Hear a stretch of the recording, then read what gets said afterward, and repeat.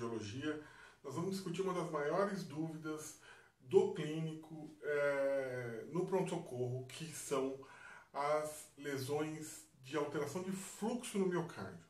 A isquemia, a lesão e a necrose. A corrente de lesão que vai levar ao diagnóstico de um infarto com supra, por exemplo.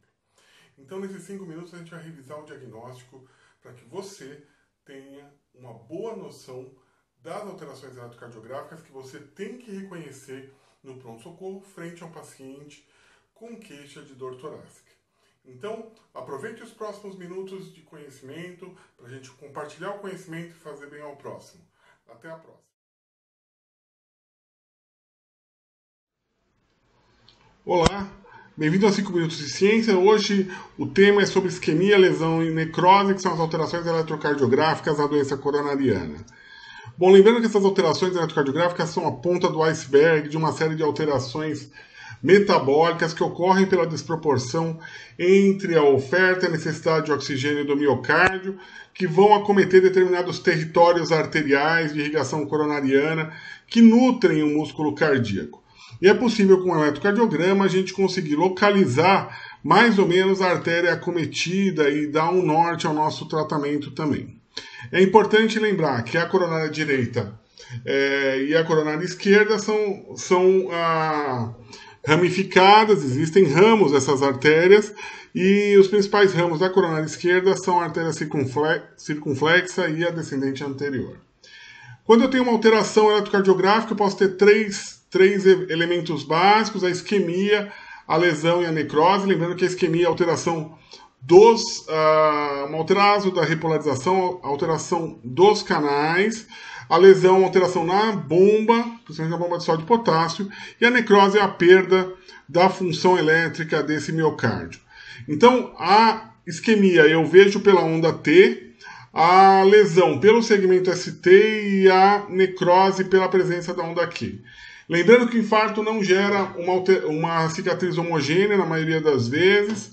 O que eu tenho é tecido normal entremeado com áreas de fibrose, o que proporciona circuitos de reentrada e eventos arrítmicos. Lembrando que a onda T, atualmente, ela é assimétrica, a gente vê uma fase ascendente lenta e uma fase descendente rápida, ou vice-versa, mas quando eu tenho um evento isquêmico, isso caracteriza por uma simetria dessa onda T. Aqui uma isquemia subepicárdica, simetria da onda T, tanto no seu ramo descendente quanto no seu ramo ascendente. E a característica é que com a isquemia, por exemplo, subepicárdica, essa onda T negativa vai estar presente justamente mostrando a região que está acometida. E eu posso classificar de diversas formas, a parede acometida. Então aqui do lado esquerdo a gente tem a classificação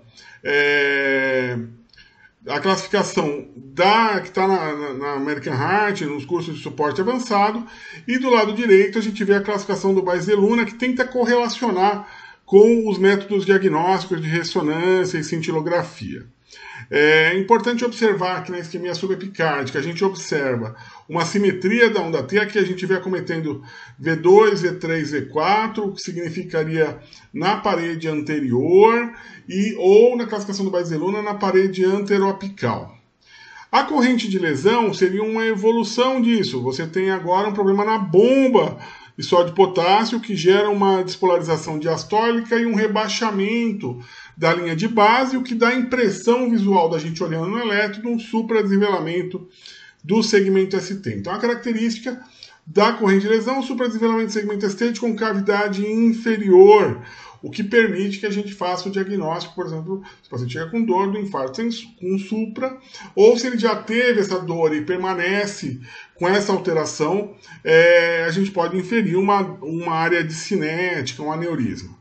Aqui a gente tem uma corrente de lesão pegando D2, D3 e AVF, a parede inferior, os demais são imagem em espelho, e aí a gente tem uma corrente de lesão na parede inferior. É possível localizar, como a parede inferior é irrigada pela CD ou pela CX, a gente sabe que o supra de D2 é maior que D3, circunflexa, ou se pega a parede lateral. O supra de D2 é menor que D3, coronária direita, por exemplo. É possível a gente falar isso. Observe o segmento ST de concavidade inferior. É possível se ver um infradesnivelamento em determinada parede que corresponde a um supra numa outra parede, chamado imagem espelho. Aqui é o clássico, o infra de parede anterior, e aí isso tem um infarto de parede posterior, ou pela classificação do Bayes de Luna, parede lateral. A característica do segmento ST, concavidade inferior, ele é triste para você, você olha e está sorrindo, está com a boquinha para baixo, assim. Então aqui a gente vê a boquinha para baixo, principalmente aqui no exemplo 2, e a gente acaba podendo classificar naquela determinada derivação. Lembrando, pelo menos tem que ter duas derivações ali, né, para poder falar que tem acometimento de uma parede. Isoladamente um ponto, não, geralmente até artefato técnico. É importante, 2 ou 3 ou mais derivações contíguas, né, que tenham uma relação lógica aí com determinada parede. Isso vocês podem ver no trabalho do Bayes de Luna ou nos cards e nos livros de suporte avançado, os livros de cardiologia. Aqui a gente tem os diversos tipos de segmento ST e de onda T, assimétrico no caso normal, apiculado, a onda T apiculada no caso de uma isquemia subendocárdica, diagnóstico diferencial com alguns distúrbios metabólicos, como hiperpotassemia, ou negativa e simétrica, no caso da isquemia subepicárdica, infradesnivelamento no caso da corrente de lesão subendocárdica e o supradesnivelamento no caso da corrente de lesão subepicárdica.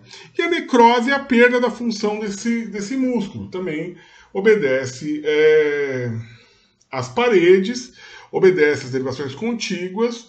Lembrando que na parede inferior, por exemplo, eu posso usar o AVR como uma derivação complementar. Então, se eu tenho uma Q patológica na parede inferior, pode ter um R, marque 2 minutos em AVR, que seria uma derivação complementar.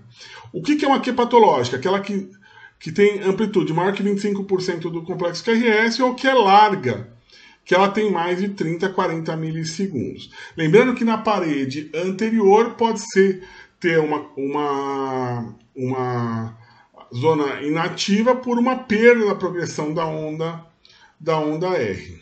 Tudo bem? Então a evolução natural é justamente isso. Você ter a isquemia, a corrente de lesão, e depois, se perder o músculo, não tratou de forma adequada, uma zona inativa. Espero que o vídeo tenha agradado vocês. A gente oferece na plataforma Sebrae The Box uma série de cursos para vocês poderem se aperfeiçoar. E lembrando que esses 5 minutos de ciência tem apoio da Central Brasileira de Aprimoramento Médico e da Áurea Clínica. Muito obrigado. Até o próximo 5 minutos de ciência, se Deus quiser.